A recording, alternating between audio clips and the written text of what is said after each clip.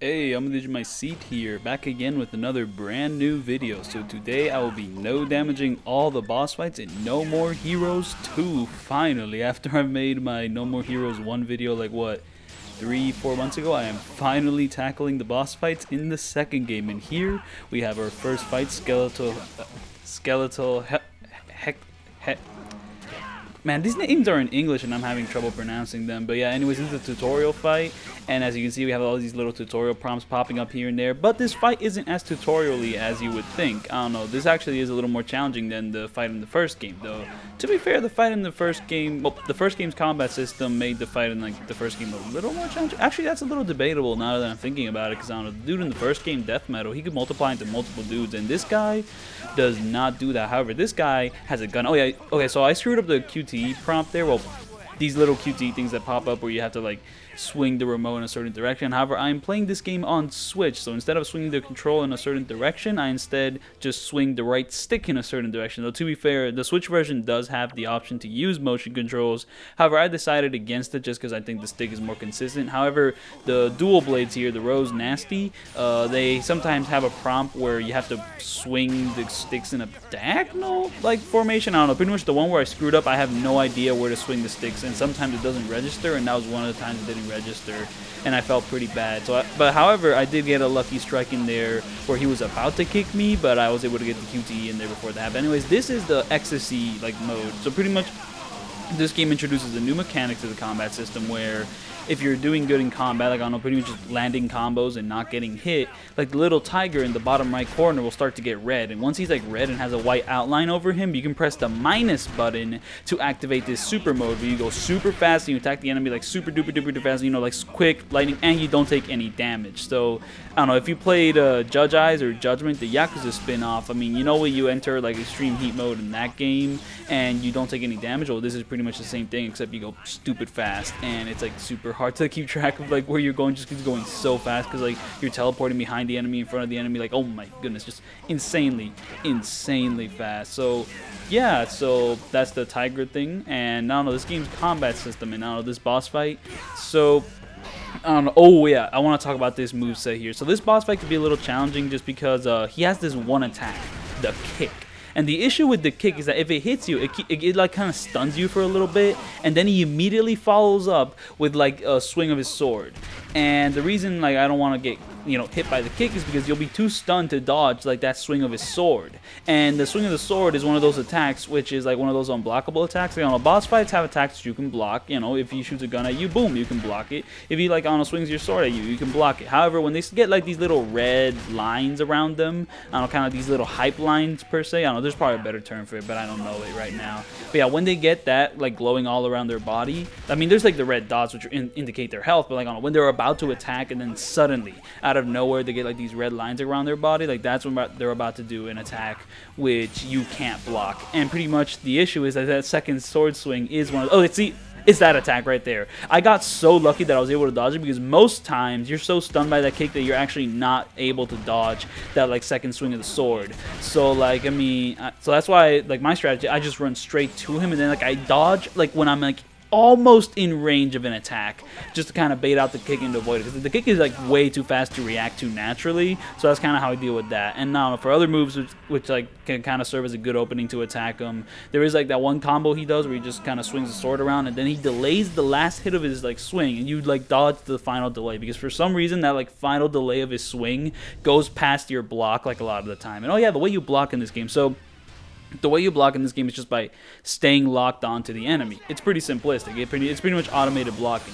So yeah, that's the first boss fight, and that's pretty much it. Those are like the two openings you can kind of exploit. And yeah, the way openings work in this game, so instead of the first game where you wait for an enemy to like finish their combo, then you kind of have free reign to kind of just do a combo per se, now you have to be like a little more aggressive, because I don't know, boss fights don't allow you to wail on them as much, but they're also more open to being wailed on because they don't like to block.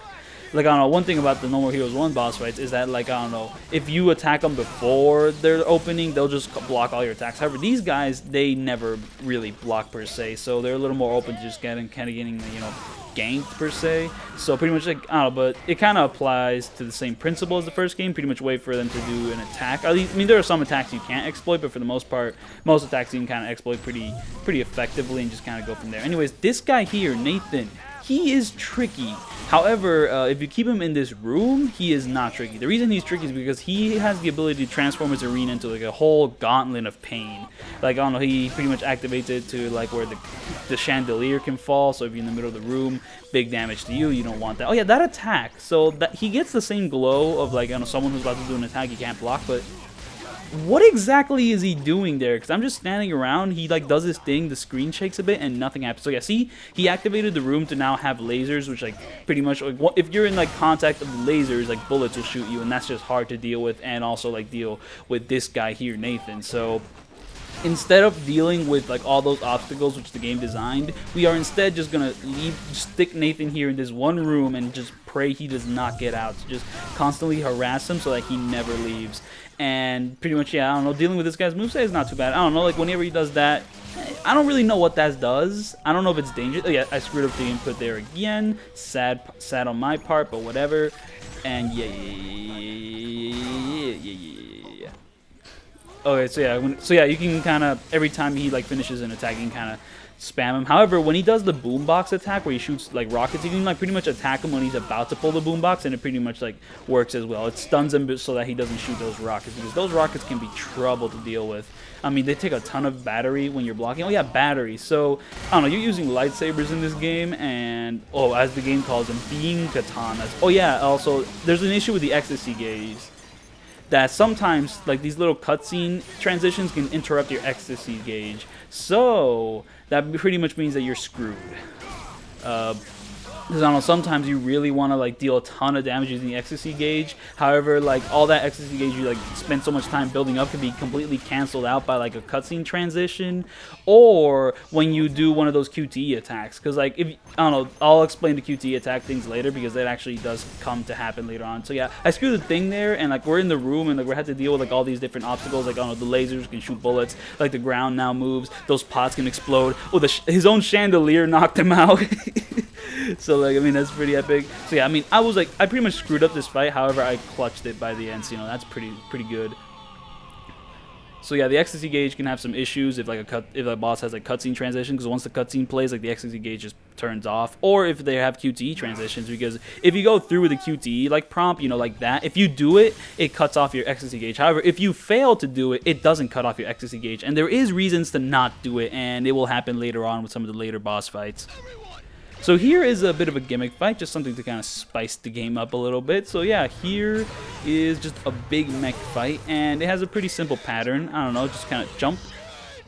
Oh, I kind of screwed it up there. But pretty much, if he punches, you know, if he does that punch, just kind of block it, and then go for the two-hitter. If he punches, just kind of block it, go for the two-hitter. If he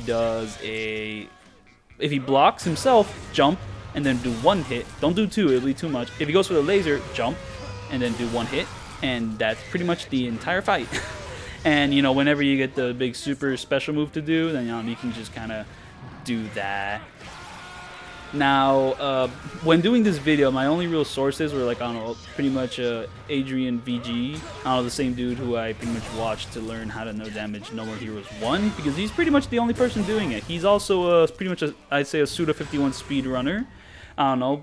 I mean, I don't know much about like No More Heroes speedruns, but he seems to be like the guy when it comes to that stuff. So yeah, he also watched his No More Heroes 2 videos to kind of figure out how to do it. And for some reason, he didn't do the special attacks when fighting this dude here. And I don't know why. Is it just faster to kind of like combo the dude normally? I mean, maybe. I don't know. I mean, these cutscenes do kind of take a while, but they deal some good damage. But yeah, for speedrunning purposes, I guess you wouldn't do those big like cutscene attacks. But me, I'm fine with easy damage, and also just trying for some spectacle. So yeah, I did those cutscenes, and we are just gonna kill this guy right about now, and I guess I'll just let that play out.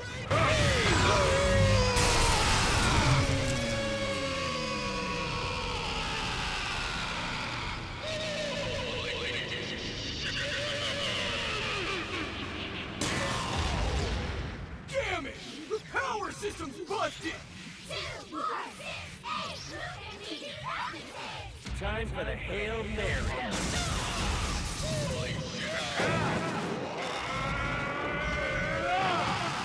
Let's do this.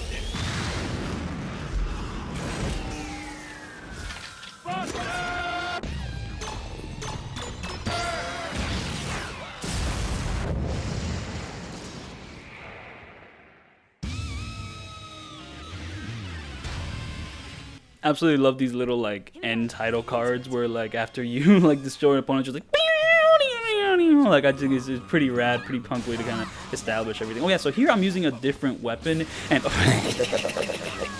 so yeah, anyways, here I'm using a different weapon, and the reason is because the bloodberry in this game is actually super useful.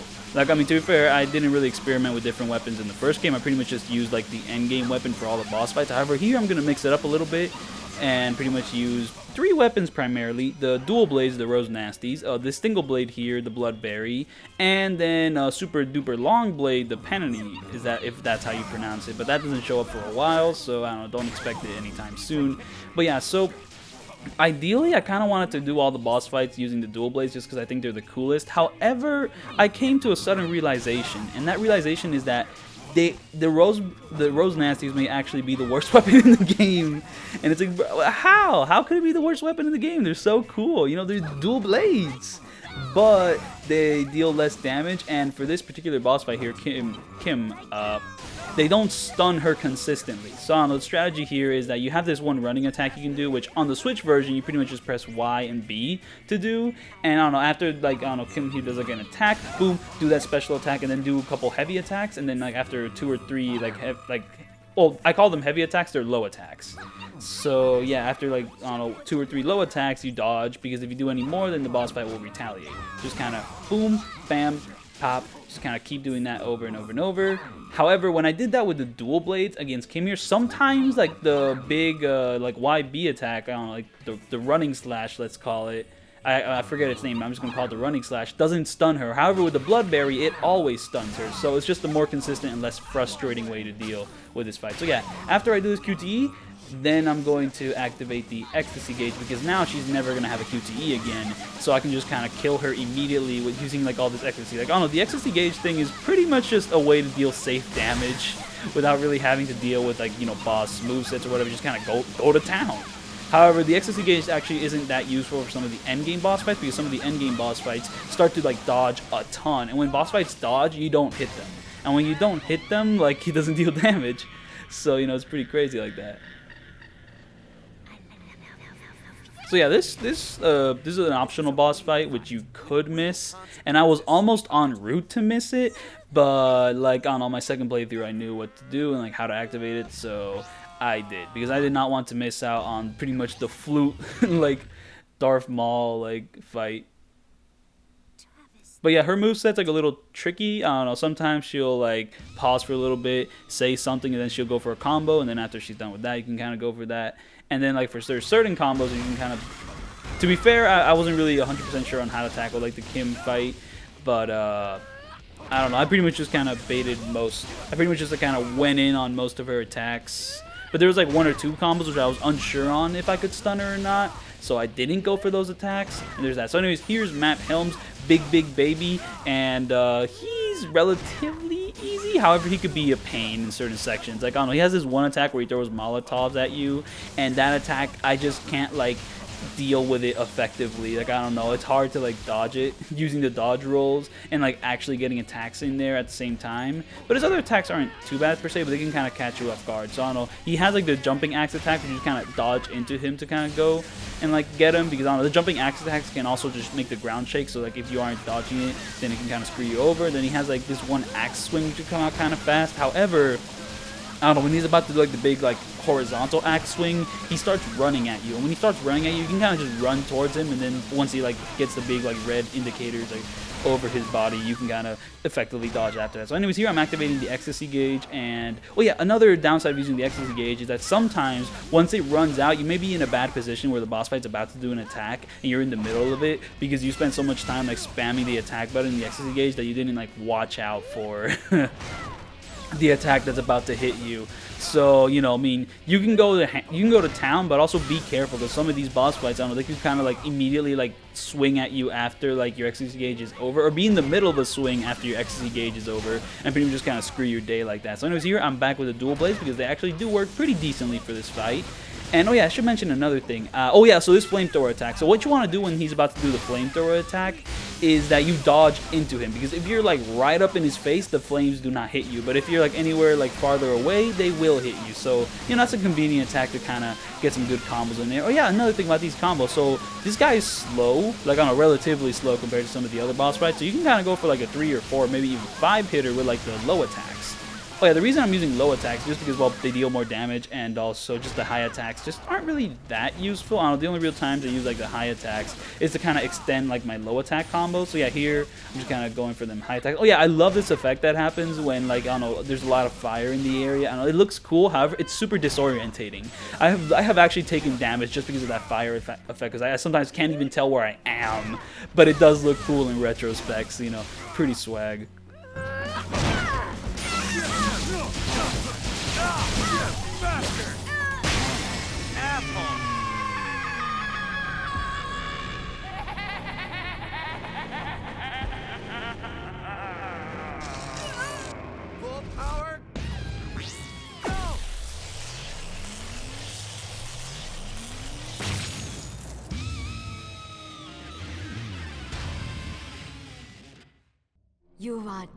So yeah, I mean, so yeah, here I brought back the the Bloodberry because, oh my goodness, this boss fight is tricky. And to be fair, I'm actually using a new strategy, one which wasn't used by Adrian VG. I don't know, Adrian VG kind of went with the, you know, dash, like running slash attack, a few heavies for like mostly exploiting this chick's combos. However, me, I found out that if you spam light attacks on this like chick while she's like doing her big like wind up move, then it actually knocks her out of it. So, you know, it kind of do one combo, but the second combo it knocks her out of it. So if you can like keep baiting her to do that one charge move like over and over and over, you can kind of screw her. However, you can't like spam her too much because she also has this move where she shoots poison out, and you can't stun her, like you can't hit her fast enough to stun her out of that one. So if you're like just standing in front of her like wailing, she'll at one point do that poison attack and then you'll get poisoned. And also, it's wind, it goes around, it covers the arena, and if you're getting like contact with that green cloud, you're screwed. So like the annoying thing about this chick is that sometimes she'll do these poison attacks and then she'll run to where the poison cloud is so that she has like, you know, a bit of safety, so you can't just run straight to her. Look at her, she's doing it right now. Why? Stop it. Stop. Like, I mean, you're ruining my strategy. Like, I mean, this boss fight like isn't that. Oh, ah! Look at that. Look at that. I'm assuming these are snakes that she's shooting out at you, but I don't know, they have like this cool little like black smoke effect. That attack is horrible because it comes out so fast. The arena already is so dark enough that I can barely tell where like those snakes are coming from. Like, it's hard to dodge that attack. I mean, my only strategy is run as far away from it and just kind of pray, because like, I can't even tell where they are. Like, it's so dark. I can't even tell where those projectiles are going. So anyways, here I did the little QTE thing, and I'm assuming I'm about to activate. Yep, yes I do. So now I can pretty much just tackle this entire. Oh yeah, but this is where the issue comes in, where like boss fights can dodge. And pretty much if you just constantly attack a boss fight, which is also constantly dodging, they can kind of just dodge for like infinity if you're like infinitely like attacking them. So you kind of have to like stop, wait for them to like enter an attack, and while they're attacking, you attack them. So that's why ecstasy gauge might not always be useful, because sometimes you can't just spam it like relentlessly. I mean, it still has some uses because, you know. Oh my goodness, this video is going to get demonetized.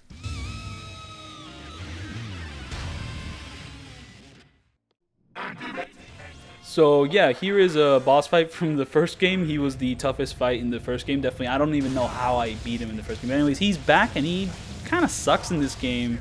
He's just really simple, but he's one of those fights which is like, you know, super easy to fight. However, like if you want to beat him like quickly, he becomes super annoying because you don't know like how fast you can rush him, because I don't know, if you take it slow, he's like stupid easy, but it's just like I don't want to take him slow because that's boring. But if you try to do it like quickly, you kind of get screwed. If you're always running to him without like watching out for your environment, you might just end up. He might just go like a fast count. Cause I don't know. One thing about this dude is that sometimes he'll do like pretty much. I don't know. His main export here is this attack where he goes 3, 2, 1, and then boom, he knocks down, and like all this arena comes up like freaking Jenga, whatever. And if you're on one of the blocks which goes up, you pretty much lose half of your health bar. However, sometimes he does a slow count, which gives me enough time to run to him, so I can kind of just booty slam him with the combos and all that. So, but yeah, I don't know, he just kind of, that's it. I don't know, the only other thing to watch out for is that if you attack him too much while he's here, he sometimes has an attack where he'll just stomp his things normally just to take you out, like right next to him.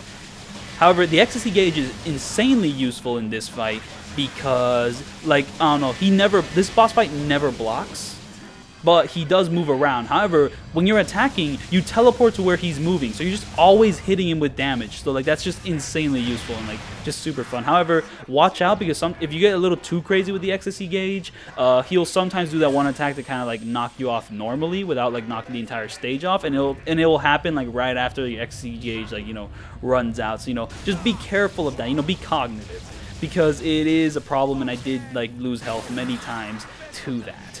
So anyways, this game's story, it's worse. Oh, actually, before I get to that, laser attack could be a little annoying to dodge. The timing's a little weird on that, but not too bad per se. Oh, the fastest really count. Gotta get to the circle there. But yeah, this game's story. So I don't know. The first game's story is one which I don't know, hold in pretty high regard, and a big part of that is just like the boss fights. Like I don't know, each one of them are just such like memorable scenes to them. Like they have very little screen time, and they might as well be kind of like throwaway characters in a sense. But like their dialogue with like Travis and all is just so memorable. Like, each one is like so distinct and all that. Then we get to this game, and something's gone a little off. I don't know, like. Take for example, the chick which got this video demonetized. Like her whole gimmick is just, I am poison, and I am also going to make out with you. Ooh, I have acid in my mouth. Ooh, like I don't know. The first game's like story kind of had these like villains which were kind of based on this idea, which kind of like stereotypes, like anime, comics, what have you, but like kind of like perverted in some sense. I don't know, like kind of like basic hero archetypes per se, but kind of twisted in some way, which kind of makes it more realistic per se. Though to be fair, No More Heroes isn't exactly a very realistic game, but it kind of takes these like archetypes and stereotypes that you kind of are somewhat familiar with and puts it into a far more gritty and like oppressive setting. And that's kind of where some of the humor comes in, because yeah, No More Heroes 1 is like a dark and like kind of twisted game, but it like the humor just kind of comes from like the contrast. Like, I don't know, Travis like kind of conversing with these people, and just kind of Travis is just kind of an insane person himself. I'm not the best at describing No More Heroes narrative. I'm no expert on it. I don't know. You should instead watch a G. Henry's like video on like both of these games. I don't know. He's more concise with like explaining that. He's made some pretty great videos like on the No More Heroes series in general. But yeah, like No More Heroes 1, like that's kind of just really memorable boss fights, really memorable writing. Like I don't know. I mean, like you have Death Metal sets the game up like perfectly, and then you have Dr. Peace, who's just like super dope, great singing voice. Shinobu kind of like a big. Oh, speaking of Shinobu, there she is. I don't like her that much in this game. Like, I don't know, she was kind of annoying in the first game, but it was kind of like an intentional thing, because I don't know, she was kind of like she was kind of picking up on some stereotypes of like old samurai movies. Though to be fair, I am no expert on that, so I'm not sure if I can really commentate on how like she satirizes like those like samurai stereotypes or whatever. I just don't. I'm not very familiar with that. But anyways, in this game, she's got a bit of a glow up. She's actually like cool now. But dude, you know what annoys me about her in this game? Is just how much she's on Travis like all the time. Dude, like really? I think I would like her a lot more if she wasn't constantly like on top of Travis. Like, oh my god, master, like, shut up. And also, I guess another thing which annoys me is just that her gameplay is kind of annoying. Like, she's kind of fun, but she also has a lot of little quirks that just make her just not fun. Like, if you actually like commit to doing a full combo, she has this taunt which you will always do and you can't cancel out of. And like usually if you do that taunt, you get hit. So I don't know, if you're spamming the buttons too fast or whatever, then boom, guess what? You're gonna do a taunt, and then the boss fight's gonna retaliate while you're doing that taunt which you can't dodge out of. Anyways, here is also this boss fight. So oh yeah, I was talking about how memorable the boss fights in No More Heroes 1 is. I think this dude is a perfect example of how unmemorable some of the boss fights in No More Heroes 2 is. And a big part part of that is like the cutscenes, man. Like, I don't know, the way these boss fights were introduced in the first game, like that was the moment to shine, you know. Like they have these super memorable dialogues, you know, super memorable like aesthetics, you know, archetypes kind of like being satirized and all that. Then you get to this guy, Millennium Gunman. You show up, and he's just like, yes, I love money. I'm James Bond. Like, that's it. That's as far as it goes. Like, I don't really know how you're satirizing anything. I don't really know, like how you're, like, kind of playing off the archetypes in a really clever way. So it's just like a trope. You're just a movie trope, but, like, with barely any dialogue or fun to you. And maybe that's the point. Like, I don't know. To be fair, I mean, a lot of, like, my theme analysis or whatever is kind of taken from G. Henry's video, so I'll go watch that. But pretty much, while No More Heroes 1 was kind of satirizing like certain anime or like movie not movie, like anime or comic archetypes, No More Heroes 2 is just kind of presenting certain movie tropes. Like, I don't know, the chick who's gonna get this video demonetized, she kind of like fall under a grindhouse aesthetic, though, to be fair, I'm not an expert on the grindhouse aesthetic, so don't take my word on that. And this game in general kind of has a grindhouse aesthetic. I don't know, very violent, very sexual, even more so than the first game. Like, the first game is definitely very violent and also very sexual, but like this game kind of plays it up a notch, like quite a bit, and some of it can be kind of annoying. Like, I don't know, I mean, the first game, like, I mean, some of it like is kind of cool. That this game could be like, like, really? Like, okay. And yeah, well, like, not every single boss fight in this game kind of applies under this kind of like shallow trope thing. Some of them are kind of like memorable and kind of have those cutscenes like in the first game, but they kind of have these conversations with Travis, which are very memorable.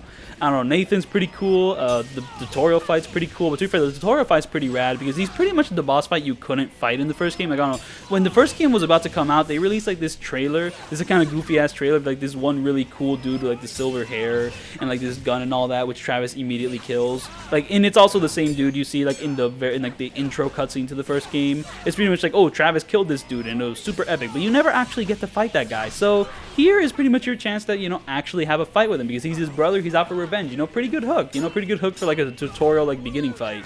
And I don't know, his cutscene's pretty cool.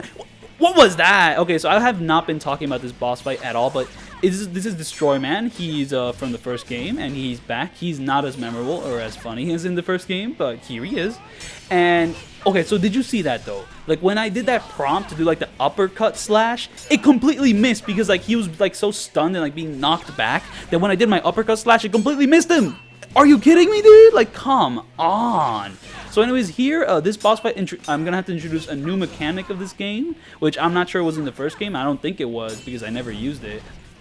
But anyways, so you can do counters in this game, and the way you do them is rather strange. So pretty much the way you do counters is that you pretty much lock on to the boss fight the second they're about to do an attack. So pretty much the way I'm doing it with like Destroyman here is that when he does like his electric lightning thing, not that. This attack is weird. It kind of sucks you into like this big purple ball that like hones in on you. But because I'm like behind these boxes, it's not honing in on me. So yeah, when he does this electric crotch attack, I like lock onto him like the second he's about to do it, and then like afterwards I pretty much just block this unblockable attack, and then you like pretty much just press the attack button to do like a charge attack. So this is pretty much allows you to do charge attacks like immediately, like, you know, just super quickly.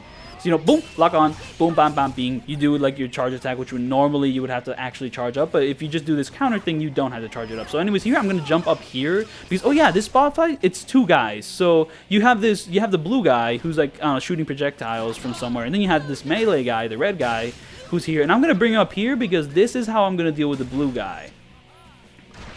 Also, I should mention that I ran to pretty much the other side of this stage here, like behind the boxes, because there it blocks me from this blue guy's here's projectiles.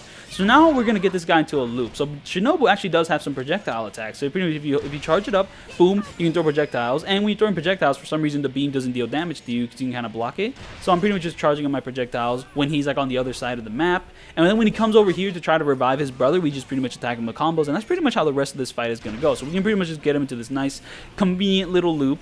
So, you know, very nice, very cool. I was going to say something, but I forgot.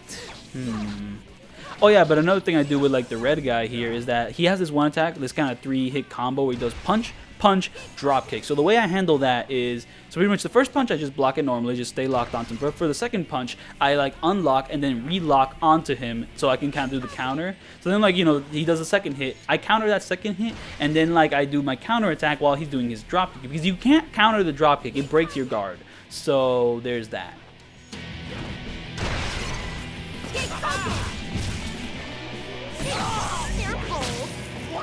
Oh yeah, this game's hook in general. So I guess another thing which is kind of annoying about this game is that I don't think it handles tone as well as like the first game.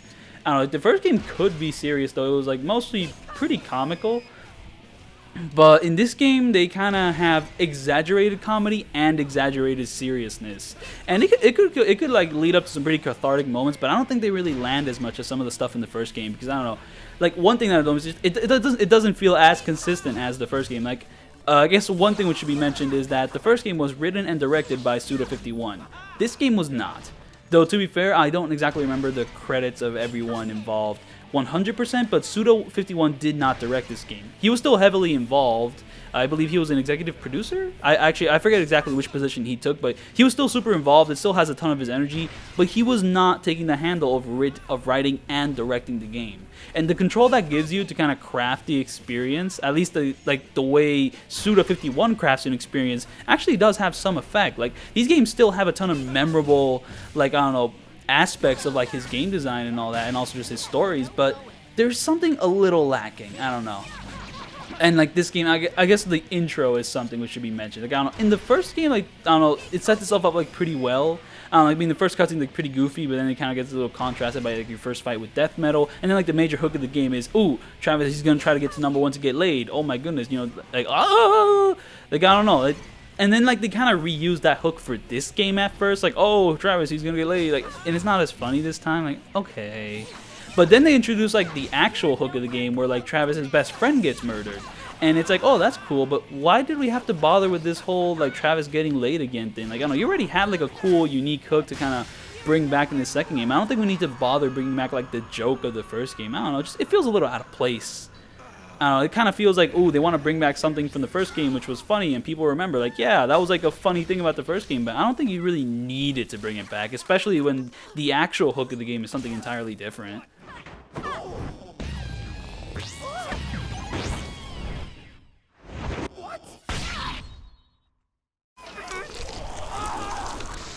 Oh yeah, I think I was gonna mention it, but I didn't mention it. Shinobu's battle lines can be stupid annoying because she constantly repeats "Maui!" and bro, shut up. You don't have to repeat the things Travis says. Anyways, here is Ryuji, and oh my goodness, I fought Ryuji before. He doesn't look like this. He's in Yakuza. So anyways, this first phase of the fight, we're just gonna wait for the boss fight to kind of fall off on his own. Yeah, and there's that.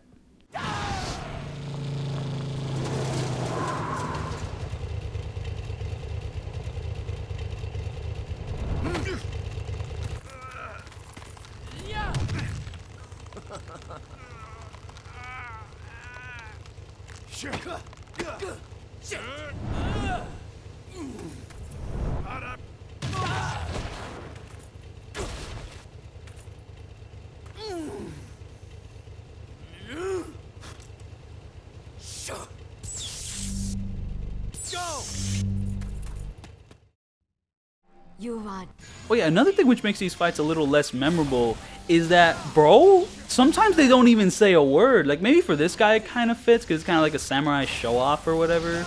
But, like, some of these fights, you just enter the room, they don't say anything, and it's like, bro, how am I supposed to care? Like, what? Like, I don't know, like, every boss in the first game had something, like, memorable to say when you first, like, got to meet them. But here, some guys just show up and, like, leave.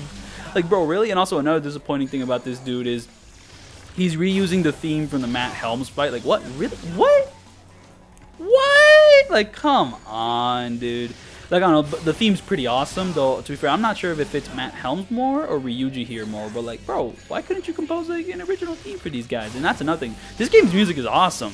Like, the first game had some pretty awesome tunes, but, like, I'd say this game's soundtrack is even better, just because it has a lot more variety going around. I don't know, I'm not 100% familiar on, like, the composers, but, like, it does have multiple composers, a bunch of different styles, blends, and all that, and it all fits perfectly.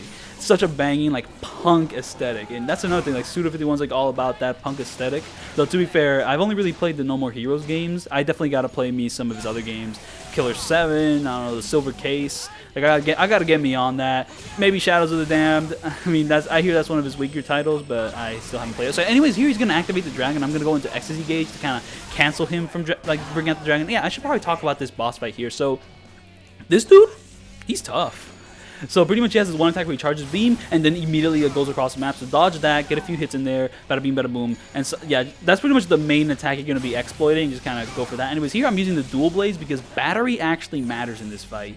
Like I don't know, charging up your battery in some of these earlier fights is actually pretty easy, and there's a lot of good openings to do so. But here you're gonna get some very slim openings. There's gonna be some certain attacks this dude does, which you're gonna need a lot of battery to withstand. And that's another reason why I'm using the dual blades. So the advantage of the dual blades is that they actually have quite a bit of battery. So like they may be the worst weapon in the game, like I don't know, damage wise and maybe some other things wise, but they do have a lot of battery. You know what doesn't have a lot of battery? The Bloodberry. Like this dragon here, like I don't know, it's super hard to avoid him. So like you just kind of dodge around, pray he doesn't hit you, but like if he hits you, he's gonna take a big chunk of your battery. And with the Bloodberry, like that thing pretty much like almost kills like your entire pack. However, with the dual blades, it only takes like what, 1/4, like 1/2, and you can kind of manage that. You know, it's pretty simple. So yeah, after the dragon's out in the field, he can kind of like reappear and like exit whenever he pleases. So you just always gotta be like that.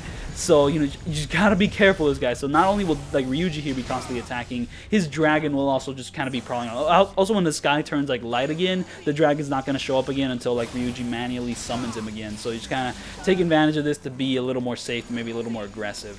Like, you can still be aggressive while the dragon's out, but you gotta be careful, because sometimes the dragon will be out while you're attacking, and boom, you take damage. So, you know, you gotta be careful. And also, like, the initial time when the dragon's kind of making his appearance, you don't want to be attacking him. And also, if you can't activate the ecstasy gauge while he's trying to summon his dragon, run away. Run away. And also, here I have so little battery, and I'm like, oh, I ran out of battery. Oh, I gotta charge it up again. I gotta charge it up again. Come on, man. Come on, man. Come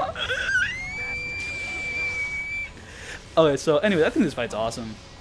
So, like, I don't know, but this is pretty much supposed to be like I don't know, this section of the game is pretty memorable because it kind of enters like a depression stage. Oh, also it's one of those boss fights where he'll constantly dodge your attacks if like he's not doing an attack. So you just gotta be careful that, you know, you don't spend too much time attacking what is an enemy that will be infinitely attacked, like dodging your attacks. Wait, I was saying something. So this fight's awesome. Goodness, I forgot.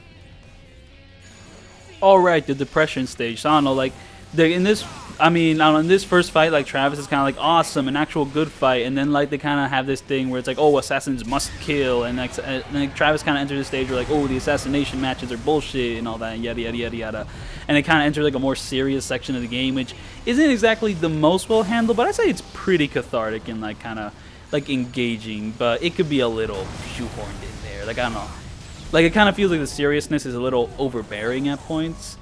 Like, I don't know, especially like with a certain later fight. But I will admit, it's still pretty cool. Like, this fight, awesome, love it, pretty awesome. Well, I keep repeating awesome. So, I don't know, one thing about this fight is that it's actually pretty challenging. I don't know, one thing about this game compared to the first game is that it's not exactly as challenging or as grueling as the first game. And though, to be fair, certain aspects kind of play into this, like the ecstasy gauge. Like, oh wait, did I mention that the Bloodberry didn't have battery? Yeah, I did mention that. So yeah, the Bloodberry deals more damage, but it has less battery. So in moments like this where the battery is actually important, it's better to use the dual swords, I'd say. But yeah, like the boss fights in the game can kind of be a bit of a breeze. Like most of these have been what, 2 minutes, 3 minutes, with the occasional like 4 or 5 or 6 minute fight. Like, you know, like this fight's 6 minutes.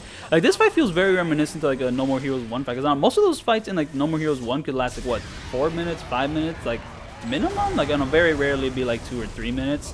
So like I don't know, they could have some pretty big health. And oh yeah, I mentioned the thing about how I didn't upgrade my attack at all, right? Actually, I don't know. I'm gonna say, so for all these boss fights, I did not upgrade my attack stat or my health stat at all. Now I didn't upgrade my health because I needed these boss fights to kill me quickly so I could retry these fights quickly. And I didn't upgrade my strength just because, well, for the challenge, you know? Because I don't know, if I upgraded my strength completely for these fights may become a bit of a breeze. And it was pretty successful. I don't know, in the first game, I had my strength upgraded like a lot, and the boss fights still took a ton of time. But here, I didn't upgrade my attack a ton, and the boss fights can most of them can kind of be pretty breezy. So, you know, there's that. The ecstasy gauge can be included in that. Maybe, I don't know, the way I'm attacking could be included in that. But yeah, I don't know, it's just kind of an interesting little thing.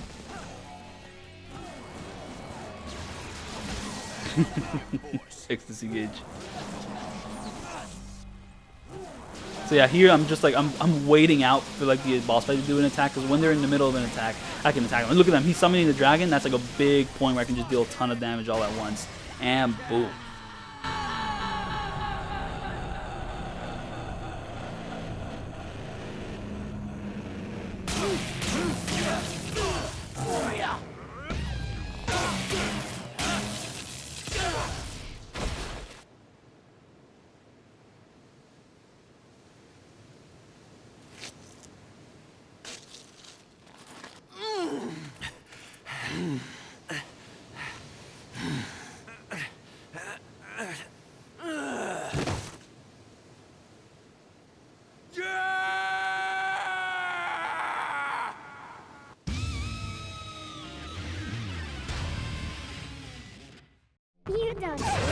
So here we're gonna fight the anime girl, and this fight was actually a little tougher than I thought it'd be. But then once I learned how to do the counter, it became a lot easier because Henry's counter is absolutely insane. Because guess what? It's projectiles, and you can just counter the attacks from halfway across the map. Boom, projectiles. And you know what about the projectiles? It deals like a ton of damage. Boom, missiles, projectiles.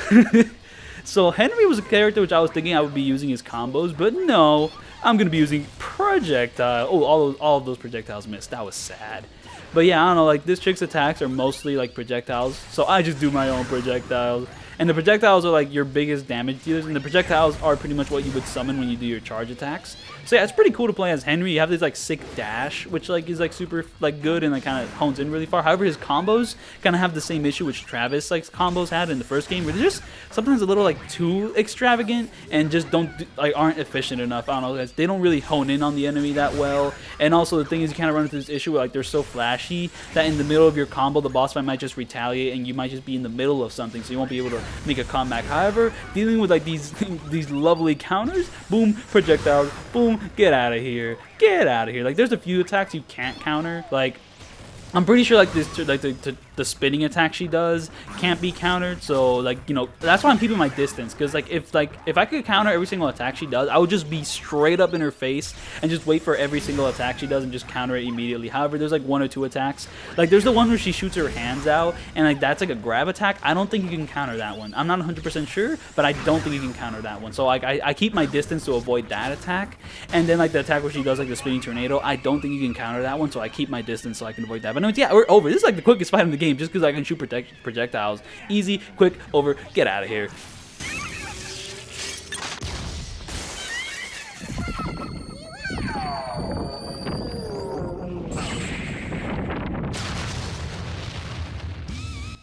I will say this boss fight's theme is awesome. It's pretty much like a remix of like Henry's like theme from the first game. It sounds dope. Anyway, speaking of music, here comes the vocal track. So yeah, this track I'd say is a banger, but it's a bit of a controversial banger because I am playing the Switch version, and the Switch version decided to go with the song that was used in the PAL and like Japan regions of like this game. So the reason I say that is because like in like, I don't know, in the non-PAL regions, like what regions is like America called or whatever, like they decided to use a different remix of the song where the singer isn't auto-tuned. However, they also made the instrumentation a little more boring, because I don't know, the thing which I love about this version of the song, which I'm assuming is the original version, is the drums. Like, I mean, the auto-tune might be like, cringe or whatever, but I think it sounds pretty cool because the drums in this version just go off like so hard, like the rhythm of the instrumentation just like constantly switching up and all that. I mean, it's gonna, I don't know, I feel if I say this next phrase is gonna be pretty pretentious, maybe like a free flow jazz kind of thing, but I'm not an expert on free flow jazz, so like I don't know if this really applies. I don't think this is this jazz song at all. There's gotta be, what genre does this fit under? Like, at least like the drums and instrumentation like behind the singing and all that. I don't know, but anyways, another cool thing about this song is that it's pretty much just a diss on Travis. Like, it's constantly like talking shit and taking the piss out of him. Like, I don't know, just kind of playing up how he's just kind of like a dude with like, just like this otaku who's just killing people just for the hell of it. Thinking he's like hot shit, but he really ain't. He's kind of a little loser bitch. So yeah, I don't know, like okay, so I do mention that boss fights really don't get a chance to shine, but I guess like for example, this boss fight, you just kind of show up and she barely says anything. However, this song is pretty much like her dialogue with Travis, so I think that's like pretty cool. Though she doesn't really have much personality like beyond that, but I think it's a pretty cool way to handle like a boss fight, like on motivation or personality or whatever. Just kind of have it in like a vocal song. It's pretty cool, pretty rad. But beyond that, I don't know, like it's kind of fitting into like tropes again. Though to be fair, I don't know what movie trope this is fitting into. This is more like a gothic Lolita type, like a fashion thing. I don't really know. Like it's more like, yeah, anime. I don't want to say anime. That's too general of a term. There's got to be something more specific. Because like, I don't know, the previous boss fight we fought is also like anime, and that's like more generalized to anime. So anyways, this boss fight here, she's pretty easy, but she can have some pretty tricky phases. Like this one, you gotta watch out for because like her shots like drain a lot of battery. You pretty much just want to run across like this side of the map. And also watch out when she glows purple, boom, dodge. That's when she teleports to kind of attack you. And then like you gotta be on the offensive with her, because if you let her pull out her guns, she'll enter this phase where she just runs away from you, like so. And when she glows purple, that's when you dodge. So pretty much like, I don't know, when she's like in her gun phase, attack her so she switches over to her sights. And once she's in her sights, pretty much just wait for her to do an attack, and then just immediately attack. However, keep your distance from her, because like that attack you just did there comes out super fast. Sometimes she'll start running at you, and like that part scares me, because like if she runs at you and like she does that super quick like slice attack, it can kind of clip you for. Oh, look at that fire effect, very cool, very explosion, yes. So yeah, like her attacks can come out pretty fast, so you do want to keep your distance from her. You know, you want to bait her out so that she actually doesn't attack.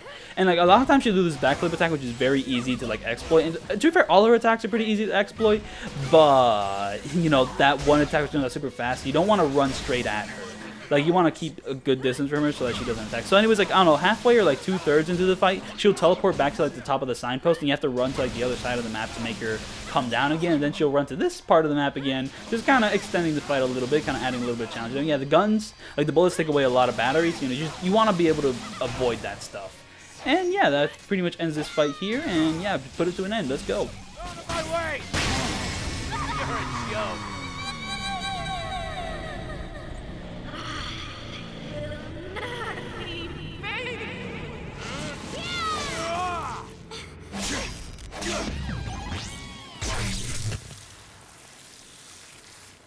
Riveting melody, isn't it? Catchy as hell.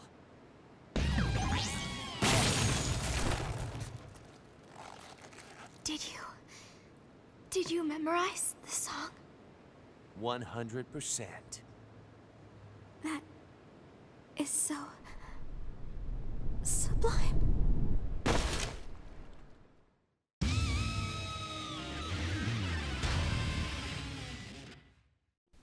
Oh yeah, another thing to be said about this game is Travis's characterization is something.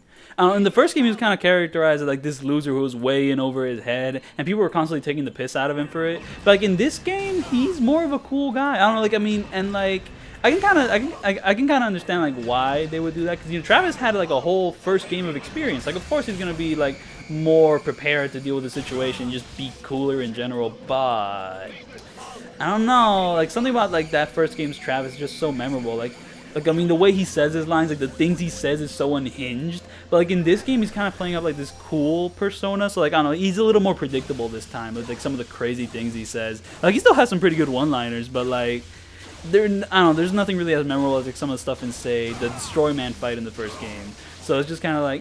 Okay, but like it still is kind of a cool direction to take Travis in, and I think the next game, like the spin-off, like evolves upon this like his character arc in really cool ways from this game. Like there is like stuff that is like cool about Travis. Like he is a pretty like I'd say he's like over the course of like the 3 games which are out right now. Like No More Heroes 3 is on its way, and I'm excited for that game. I think it's gonna be awesome. Hopefully it's awesome, but like. I don't know, the 3 games are out right now, like the first game, second game, and like the spin-off. I don't know, Travis has had a pretty like I don't know, well-rounded and like complex character, which is pretty interesting. Anyways, this boss fight here, awesome theme. I love this guy theme. The way it just slowly builds in and the techno part starts coming in, and the little guitar. Oh my goodness. Like this game's soundtrack in general, I've mentioned before, awesome. Like, oh my god, this dude's theme, amazing. Just absolutely nails like the tone for this fight. But this fight sucks. That's another thing about this game. Like, I don't know, the first game could have some pretty tricky and, like, I don't know, say unfair. What is that? What? I was about to do the QTE, and, like, because he has the dumbass shield in front of him, like, it knocks off. Like, I stunned him. I'm supposed to deal damage. Like, bro, you kidding me?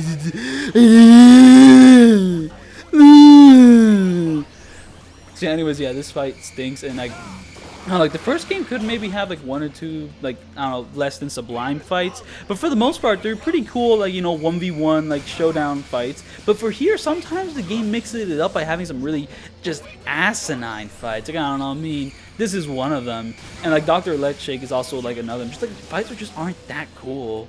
They're just like kind of gimmicky. Like okay, go here. Then you go over there. I guess like one fight which kind of fits that model in the first game is like the witch. I forgot her name, the robot chicken, I don't know. She had a name, I forget, but yeah, like that fight was like a little bit gimmicky. It was practically just a level, but like yeah, here there's just like there's a few of them like that. It's just like come on. Now, for other fights, which kind of annoying. I mean, Chloe was like kind of annoying because she had certain attacks which was just unbearable to deal with.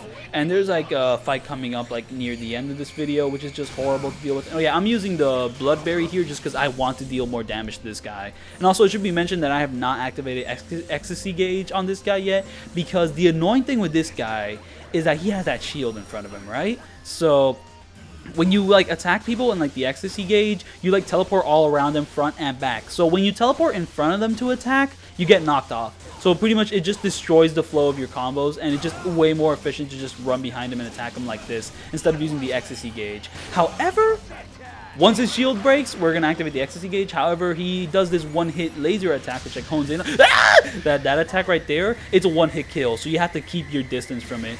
But like once I activate Ecstasy Gauge, boom, we're gonna go to town on this guy.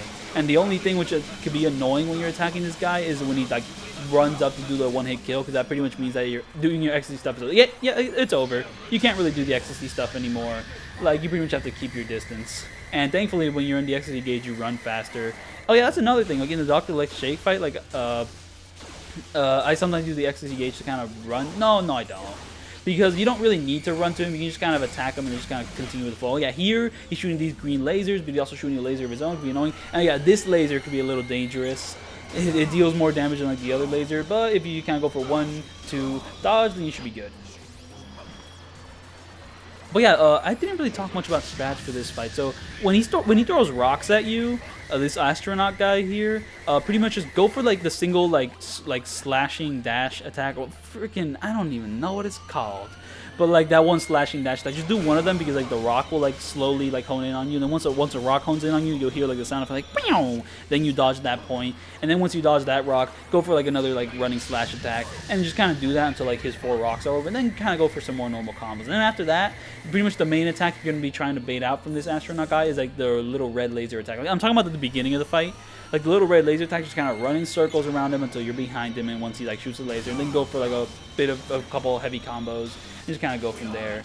And that's pretty much like the main exploits for like the beginning and like the beginning of this fight. I don't know, and then he'll sometimes teleport to the other side of the map and just kind of tediously drag things out. And then like the green laser attack, just kind of run towards them and just kind of avoid them as they come. If one of them hits you, if you're locked onto the enemy, you'll block them. Like, it'll take a ton of your battery, but it isn't that big of an issue. But once he enters like his no shield phase, then yeah, pretty much like kind of wait for him to do a laser attack, run behind them, and then just kind of do your combos. But be careful to, like, you know, not get too extravagant with it, because if you get too extravagant, you might end up in front of his helmet, which is shooting the laser, and then you'll take damage there, and that's pretty crazy. And also watch out for that one-hit laser move, which, you know, does have a pretty big tell. He flies up into the sky. At that point, get as far away from him as possible. To be fair, the laser will shoot down where you are, so kind of run away from him to be as far as possible, and then, like... Glory to the Soviet Union. So yeah, get away as far as possible from like his one-hit laser attack thing. And yeah, that's pretty much just very simple, gimmicky fight, not that fun, whatever. Anyways, here is the big, oh yeah, so here, we're already starting off his strats. This is a very fast fight. So like in the beginning, she'll be like doing this like spider thing where she's like very high up, and she'll throw lasers, like her beam katanas at you. However, if you attack her while she's throwing at you, she'll immediately like switch up to do the one attack where like she comes down on you like a crab. And then you just continue attacking her while, like, after dodging her crab attack, and then she'll go back to like doing this normal thing. And then here it's a very fast fight. She's constantly dodging you, and also, yeah, she's constantly dodge canceling out of your attacks the same way you would, and it can be so annoying because like the only way to really get an attack in on her is when she commits like one of these like big flashy attacks, like the ones where like she gets like a yellow glow over her body, and also like these red indicators. These like red indicators and all that, and that's when you can attack. But like a lot of the time, like these like big flashy attacks only happen at the end of her combo, you know, like so. And then sometimes she plays this little game where after like the first hit of her combo, she dodges. Okay, so here there's like another big attack, you know, pretty much a big 4-piece like combo thing, and then like at the last part you dodge.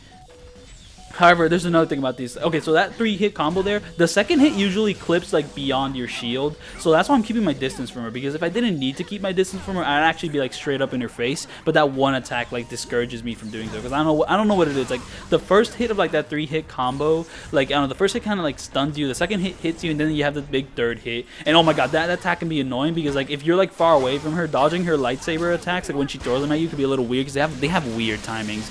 However, anyways, here when she's in the big crab pose, I activate my ecstasy gauge. However, she then goes back to normal, and when she's in normal, you see all those dodges. I need to wait for her to do an attack so I can actually attack her. So yeah, ecstasy gauge is not that useful in this fight, but I still pop it in every now and then, you know, just to swag around, you know, do a little bit of swagging. So yeah, that's why I'm keeping my distance. I'm trying to bait out her attacks, but like I don't know, baiting out her attacks is annoying, because I guess if like you're too far away from her, she's just gonna constantly dodge cancel, and I don't really know how to make her stop dodge canceling. Is there like something I have to do? Do I have to like stand still in front of her? Do I have to be far away from her? I don't know exactly what causes her to dodge cancel all the time, but it's super annoying. Then she has this one attack, then like I guess a charge attack of hers, where she just kind of goes that attack, and that attack is fun to see. It's kind of like my most common like export for dealing damage, and just kind of go from there. Oh yeah, so I was talking about how this section of the game is kind of the depression mode, and yeah, kind of, yeah. It's kind of the part of the game where like the boss fights get a little more interesting, like thematically and all that. And also, yeah, another annoying thing about this game is it has a little bit of a sequel like cringe to it, where like Travis is like, oh, he is the legendary one, the crownless king. Like, bro, shut up. Like, I don't know, it could be a little cringe at points, though I kind of get what they're going for. Oh yeah, so when she starts doing like those backflips like constantly, that's when she's gonna enter her crab phase. So that's when you kind of get ready to hone in on her, because that's when you need to hone in on her, because if you're too far away from her, it gets annoying. So yeah, depression mode. So it starts with like the 5th guy, Ryuji, because if Travis has like an actual like legendary fight with him, he's like, yeah! And then Sylvia guns him down like a thug, and it's like, bro, why you gotta do that? And then like the 4th fight Travis has, Margaret, it's kind of taking the piss out of him, you know, kind of taking the piss of his whole journey. And that's another thing about this game. Like, I don't know, I mean, it'll become very apparent with like the final boss fight, but it kind of is doing some interesting things with like revenge and all that. So anyways, the 3rd boss fight, you fight like this astronaut dude, and then, you know, Travis kind of like respects him, like, damn, you know, like you're getting these like more moody, like sorrowful fights. And then we get to this one, Alice, and like she is the most sorrowful one of all. Like her theme is like it's like this sick like drum beat. It's kind of like a depression, like the piano, like her music is awesome. Like, I don't know, definitely like one of the best boss fight themes in this game. Just like, I don't know, just a really climax. This feels like a final boss, and I'm pretty sure that is intentional, considering what the final boss actually is. But it's challenging. She has like the same like moveset as you, kind of, you know, lightsaber. She dodge cancels like you. It's kind of like the closest thing like the Henry fight from the first game, but maybe even more awesome, because, well, it doesn't take 11 friggin' minutes to like cut her down. And it's like a little faster, and you just constantly on. So once she reaches like her last like 3 bubbles of health, she's gonna constantly be in the spider phase. So I don't know. Like usually when she enters like this spider phase, like you just like dodge her crab attack, and then like, you know, you just do like heavy like low attack combos to knock her into normal phase. However, she's not gonna be normal ever again. She's gonna be a crab for the rest of her life. So here you have to be careful. Don't get too extravagant with your combos. You need to like attack her enough to deal damage, but also, oh, I got a little too extravagant there. I went for a little clutch dodge. You have to like be extravagant enough to deal damage, but also like be conservative enough to like dodge at the right time when she does her crab attack. And also, you don't want to get too much distance from her, because that's when she starts throwing lightsabers at you, and that's an attack you don't want to deal with. But you also want the attack where she does crabs, but to do crabs you have to be close to her and attacking. So yeah, complicated fight, very stressful, difficult, but cool. A fitting finale to this game. Everything I hoped for. Tell me your name. Promise me you won't forget. There once was an assassin named Alice. I won't forget. Alice.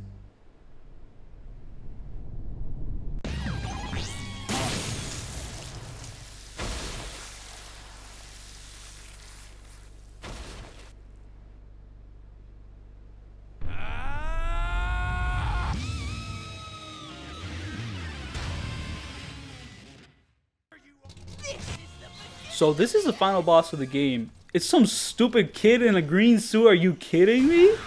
Like, what? It's absolutely hysterical. And like that's okay. So this is like one of the interesting things this game is actually doing quite narratively, which, I mean, I don't know if it really puts it on par with the first game, but it is interesting to say the least. it's pretty much like, I don't know, from like the very beginning, like, I don't know, Helter, Skelter, or however you say his name, like his whole motive is revenge, and he pretty much just tells Travis like, you know, I'm gonna force you to like suffer through like someone's like death of a loved one, and just kind of the desperate struggle of revenge and all that. So, you know, the whole game is I want revenge for who killed my best friend. The dude who killed your best friend, it's this twerp right here. And like just the whole like the whole absurdity of it is that like you would expect it to be like some like, you know, epic duel, like, oh, finally I'll be satisfied by this revenge, but like it's just this is the guy. Like it's just like, yeah, this is your epic finale, bro. Like this guy.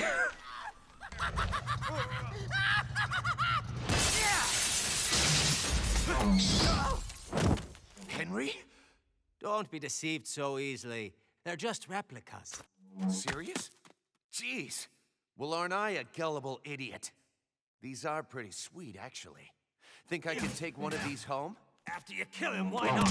I'll handle his ring piece goons. Thanks, bro. So yeah, the first No More Heroes kind of ends like, you know, with the whole vengeance begets vengeance. You know, it's an endless cycle, which you're just never gonna like go away from. And then in this game, like it's kind of tackling the whole idea of vengeance again, except this time, you know, vengeance isn't really gonna satisfy you. Like the first game is kind of like it's an endless cycle of like violence and like hatred and all that, while here, it's not satisfying. And like it's just kind of tackling that idea by just having, you know, your final epic like revenge boss, like final boss fight, be the most ridiculous and absurd thing to just kind of insult Travis with. Like, yep, this is it.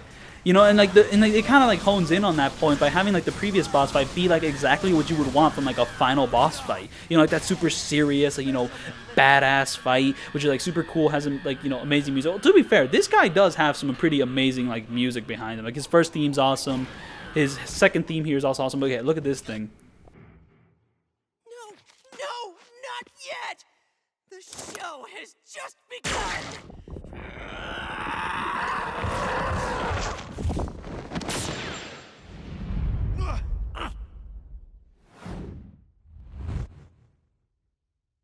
You gotta be shitting me. So yeah, this theme is also awesome, but oh yeah, so anyways, I'm going to stop talking about themes and instead start talking about boss fights, because it's actually important now. So another thing is that the first phase of this dude's fight is super easy. You pretty much just like wait for him to be down on his car, and then you attack him. And then like when he starts to do like a little charge attack, you parry him, like, you know, whatever. Oh yeah, parrying in this game, if you like attack at the exact same moment that like a boss fight like swings their sword or whatever, you can kind of enter a little parry thing. I don't do it that much. Another thing I don't do that much in this game is dark stepping, but I'm not going to explain that. Just go watch my first No More Heroes video to know what dark stepping is. But in this game, it's not as consistent, so I didn't rely on it. So anyways, this second phase of this fight is horrible.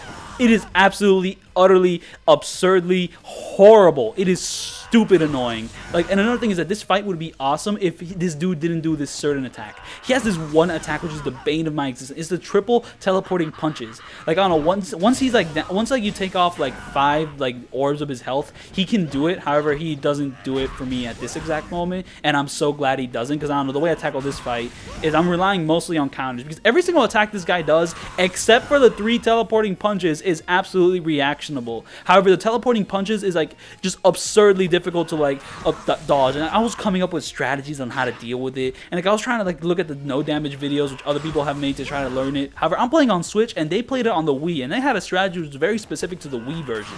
Like, the way they described it was like, oh, you let go of the lock on and you dodge. Like, that was a part of their strategy for dodging like this dude's teleporting punches. But you know what you can't do on the Switch? You can't do that. You can't dodge while not locked on onto the enemy. Because I don't know, one thing about the second game, or this game on the Wii, was that you couldn't control the camera, but you could dodge whenever you want. However, in this game, like the Switch port, you can control the camera, or maybe, I don't know, maybe I'm wrong on that. Maybe you couldn't control the camera using the Wiimote and Nunchuck, but you could control the camera with like the classic control moveset. I never used the classic control moveset when I played it on the Wii, so I don't know how that works. But yeah, you couldn't control the camera using the Wiimote. However, on the Switch version, you don't have a Wiimote, you have a Switch controller, and guess what you can't do? You can't dodge if you're not locked onto the enemy, so you can't do that strat. You can't follow that strategy. So it's like, bruh, come on! So now I'm just kind of like, what am I going to do? What am I going to do? Because I have no guides. Like, there's no way to deal with it. Like, so I'm just, it's like, the closest thing I came to like dealing with the teleporting punches is that I would just like, once he like enters a phase where he's like, where he could do them whenever he wants, I would start like, I would pretty much like wait for him to get into like an idle like pose, and then I'll immediately dodge into him. That's why like, I'm dodging so much into him. Like, yeah, like I'll do that dodge just to like be prepared for it, and just kind of, but he. So just to be prepared for it, because like I'll just dodge there, and then like that first dodge will dodge his first punch, and then he'll dodge to the side. I'll dodge the second punch, and then like his third punch, I'll dodge to the side, and I'll dodge his second punch, and then this third punch, and then I'll be immediately prepared to deal with like his next attack. Like I'll immediately be ready to dodge once he enters an idle animation again, and it's just like it's so fast paced, it's so annoying. It's just like you have to take these like pre measures because that attack is just impossible to deal with. But you know what's great about my attempt here? He never fucking did it.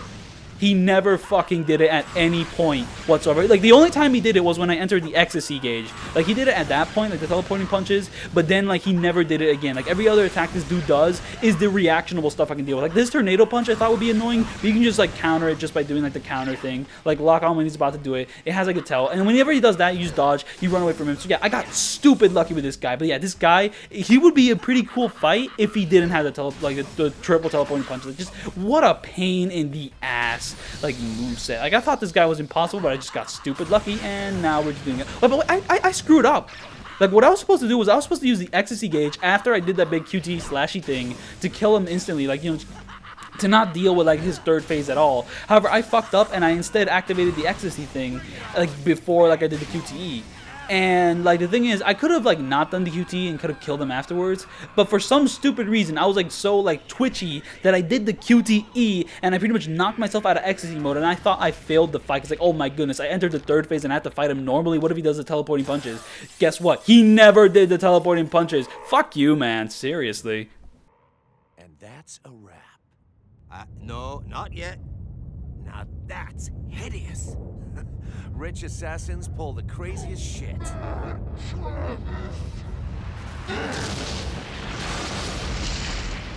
Well, we almost got him. The rest is on you. Wait a second. You're already here.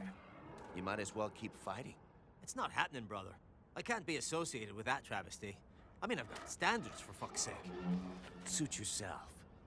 Now, I'm gonna get my revenge once and for all. Come on, Prez. Unleash your hate, your anger, everything. I'll take it all and fucking kill you with it! So yeah, I don't think anything establishes the theme of like revenge isn't that satisfying than that cutscene alone. Just Travis like earnestly talking about how he's gonna take revenge to friggin' this ridiculous thing. So anyways, this third phase is definitely a very a thankful breezer compared to like his second phase, which is obnoxiously hard. So this is really easy. So pretty much just kind of stand here. Whenever he does like that big like, I don't know, hook. What type of punch is that? Just kind of like your little sideways, horizontal swing, whatever. There's a name for it. A haymaker? I don't know. But anyways, when he does that, just like do the counter thing, lock onto him, you can counter it. However, when he does like a big punch like that, he actually does not hit you when you're right in front of him. So you can kind of go for 2 hits with a big heavy weapon here, and you just kind of go from there. And yeah, the only thing about this fight is that the camera is horrible, horrible camera. However, one thing about this fight, this music is amazing. Oh yeah, so you're gonna go for counter his little laser thing, just throw it back at him. But yeah, the camera is horrible. Like if you didn't know what you had to do, like you wouldn't like be able to like react to his attacks. It's like it's so garbage. Look at this camera. It sucks. Oh yeah, so here I'm gonna activate ecstasy gauge to avoid this breathing attack because I don't think there's literally any other way to avoid this breathing attack. It like drains your battery so fast that like once your battery's gone, you take damage. And also I avoided doing the QTE there so I can continue with my ecstasy gauge because I'm gonna kill him with the ecstasy gauge. I'm not gonna kill him with that QTE because if I do that QTE, I'm gonna run out of ecstasy and then pretty much like my victory is gonna be over. So yeah, this is pretty much like it. This is pretty much it's over, man. So here's and yep, it's over. So yeah, thank you for watching. I don't know, for my next video, I'm not really sure what I'm gonna do. I might be taking a break because I got some important assignments coming up. But yeah, thanks for watching, and I'll see you next time. Maybe for another No More Heroes video. I do want to do the spin-off, and I don't know, maybe I'll do the Ishin and Amon fight, but I have no motivation for that. I'll probably just do the next No More Heroes game. Fuck!